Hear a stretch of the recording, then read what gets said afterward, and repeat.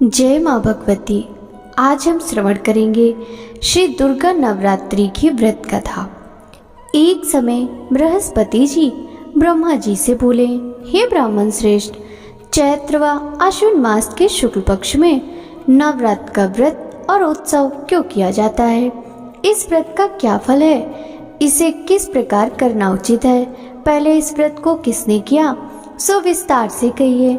बृहस्पति जी ऐसा प्रश्न सुन ब्रह्मा जी ने कहा, हे बृहस्पति, प्राणियों के हित की इच्छा से तुमने बहुत अच्छा प्रश्न किया है। जो मनुष्य मनोरथ पूर्ण करने वाली दुर्गा, महादेव, सूर्य और नारायण का ध्यान करते हैं, वे मनुष्य धन्य हैं। यह नवरात्र व्रत संपूर्ण कामनाओं को पूर्ण करने वाला है। इसके करने से पुत्र की कामना वाले को पुत्र, धन की लालसा वाले को धन, विद्या चाहने वाले को विद्या और सुख की इच्छा वाले को सुख मिलता है।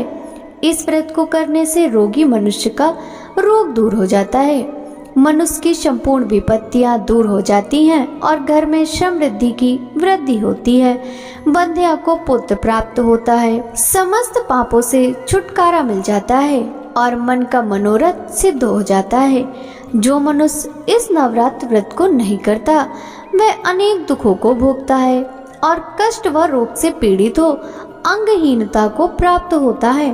उसके संतान नहीं होती, वह धन दान से रहित हो भूख और प्यास से व्याकुल घूमता फिरता है तथा संज्ञाहीन हो जाता है। जो सधवा स्त्री इस व्रत को नहीं करती, वह पति सुख से वंचित हो नाना दुखों को भोगती है। यदि व्रत करने वाला मनुष्य सारे दिन का उपवास ना कर सके तो एक समय भोजन करे और 10 दिन बांधवों सहित नवरात्र व्रत की कथा श्रवण करे। हे बृहस्पति, जिसने पहले इस महाव्रत को किया, वह कथा मैं तुम्हें सुनाता हूँ, तुम सावधान होकर सुनो। इस प्रकार ब्रह्मा जी का वचन सुनकर बृहस्पति जी बोले, हे ब्राह्मण मनुष्यों का कल्याण करने वाले, इस व्रत के इतिहास को मेरे लिए कहो, मैं सावधान होकर सुन रहा हूँ। आपकी शरण में आए हुए मुझ पर कृपा करो। ब्रह्मा जी बोले, प्राचीन काल में मनोहर नगर में पीठत नाम का एक अनाथ ब्राह्मण रहता था। वह भगवती दुर्गा का भक्त था। उसके संपूर्ण सद्गुणों से युक्त सुमति नाम की एक अत्यंत सुंदरी कन्या उत्पन्न हुई। वह कन्या सुमति अपने पिता के घर बालकाल में अपनी सहेलियों के साथ क्रीड़ा करती हुई इस प्रकार बढ़ने लगी जैसे शुक्ल पक्ष में चंद्रमा की कला बढ़ती है। उसका पिता प्रतिदिन जब दुर्गा की पूजा करके होम किया करता, वह उस समय नियम से वहां उपस्थित रहती। एक दिन सुमति अपनी सखियों के साथ वहां खेल में लग गई और भगवती के पूजन में उपस्थित नहीं हुई।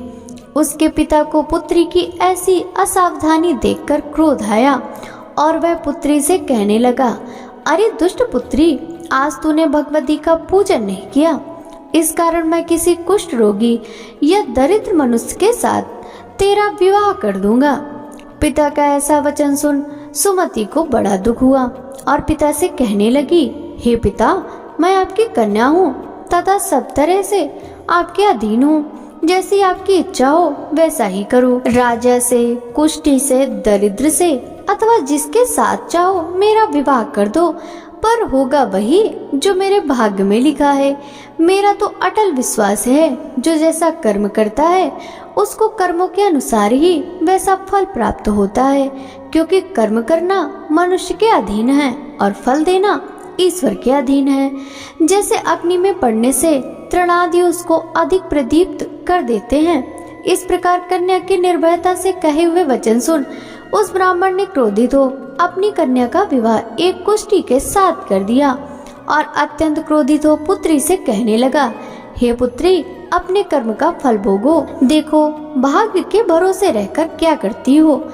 पिता के ऐसे कटु वचनों को सुन सुमति मन में विचार करने लगी, अहो मेरा बड़ा दुर्भाग्य है जिससे मुझे ऐसा पति मिला।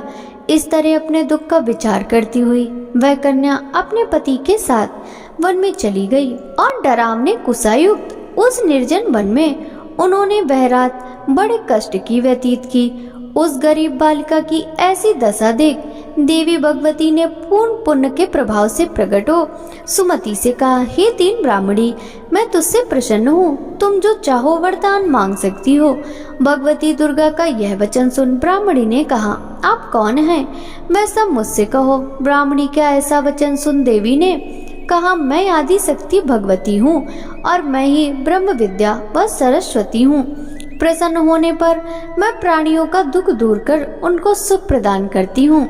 हे ब्राह्मणी, मैं तुझ पर तेरे पूर्व जन्म के पुण्य प्रभाव से प्रसन्न हूँ। तुम्हारे पूर्व जन्म का वृतांत सुनाती हूँ, सुनो। तो पूर्व जन्म में निषाद की स्त्री थी और अति पतिव्रता थी। एक दिन तेरे पति निषाद ने चोरी की। चोरी करने के कारण तुम दोनों को सिपाहियों ने पकड़ लिया और ले जाकर जेल खाने में कैद कर दिया। उन लोगों ने तुझको और तेरे पति को भोजन भी नहीं दिया।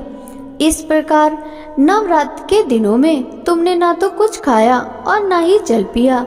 इस प्रकार 9 दिन तक नवरात्र का व्रत हो गया। हे ब्राह्मणी, उस दिन में जो व्रत हुआ, इस व्रत के प्रभाव से प्रसन्न होकर मैं तुझे मनवांछित वर देती हूँ। तुम्हारी जो इच्छा हो सो मांगो। इस प्रकार दुर्गा देवी के वचन सुन ब्राह्मणी बोली, अगर आप मुझ पर प्रसन्न हैं तो हे दुर्गे, मैं आपको बारंबार प्रणाम करती हूँ। कृपा करके मेरे पति का कोढ़ दूर करो। देवी ने कहा, उन दिनों तुमने जो व्रत किया था, उस व्रत का 1 दिन का पुण्य पति का कोढ़ दूर करने के लिए अर्पण करो। उस पुण्य के प्रभाव से तेरा पति कोढ़ से मुक्त हो जाएगा। ब्रह्मा जी बोले, इस प्रकार देवी के वचन सुन वह ब्राह्मणी बहुत प्रसन्न हुई और पति को निरोग करने की इच्छा से जब उसने तथास्तु ऐसा वचन कहा, तब उसके पति का शरीर भगवती दुर्गा की कृपा से कुष्ठ रोग से रहित हो अति कांतिवान हो गया। वह ब्राह्मणी पति की मनोहर देह को देख देवी की स्तुति करने लगी। हे दुर्गे, आप दुर्गति को दूर करने वाली, तीनों लोगों का संताप हरने वाली, समस्त दुखों को दूर करने वाली, रोगी मनुष्य को निरोग करने वाली, प्रसन्न हो मन वांछित वर देने वाली और दुष्टों का नाश करने वाली जगत की माता हो। हे अम्बे, मुझ निरपराध अबला को मेरे पिता ने कुष्ठी मनुष्य के साथ विवाह कर घर से निकाल दिया। पिता से तिरस्कृत निर्जन वन में विचर रही हूँ। आपने मेरा इस विपदा से उद्धार किया है। हे देवी, मैं आपको प्रणाम करती हूँ, मेरी रक्षा करो।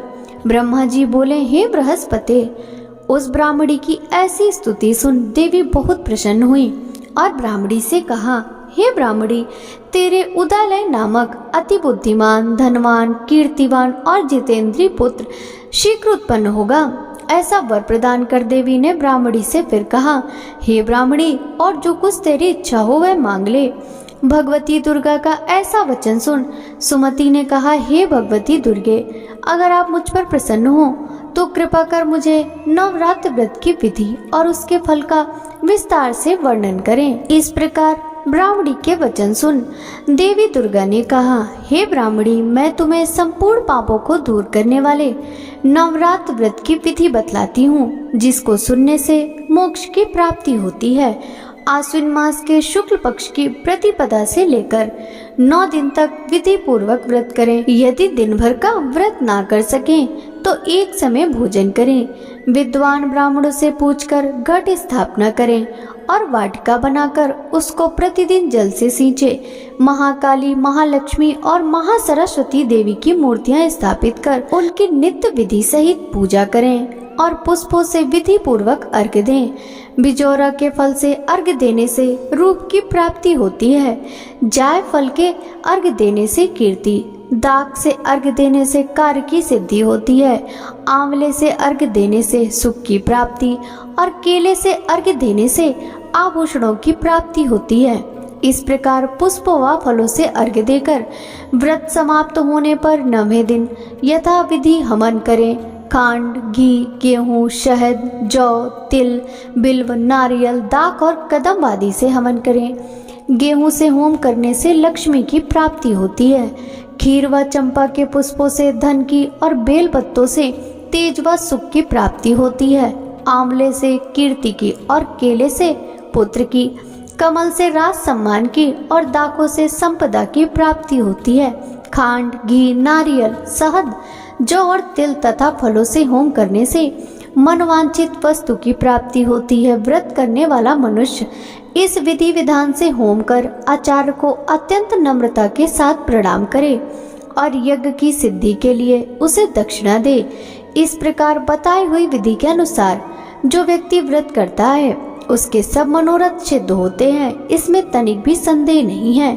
इन 9 दिनों में जो कुछ दान आदि किया जाता है उसको करोड़ों गुना फल मिलता है। इस नवरात्र व्रत करने से अश्वमेध यज्ञ का फल मिलता है।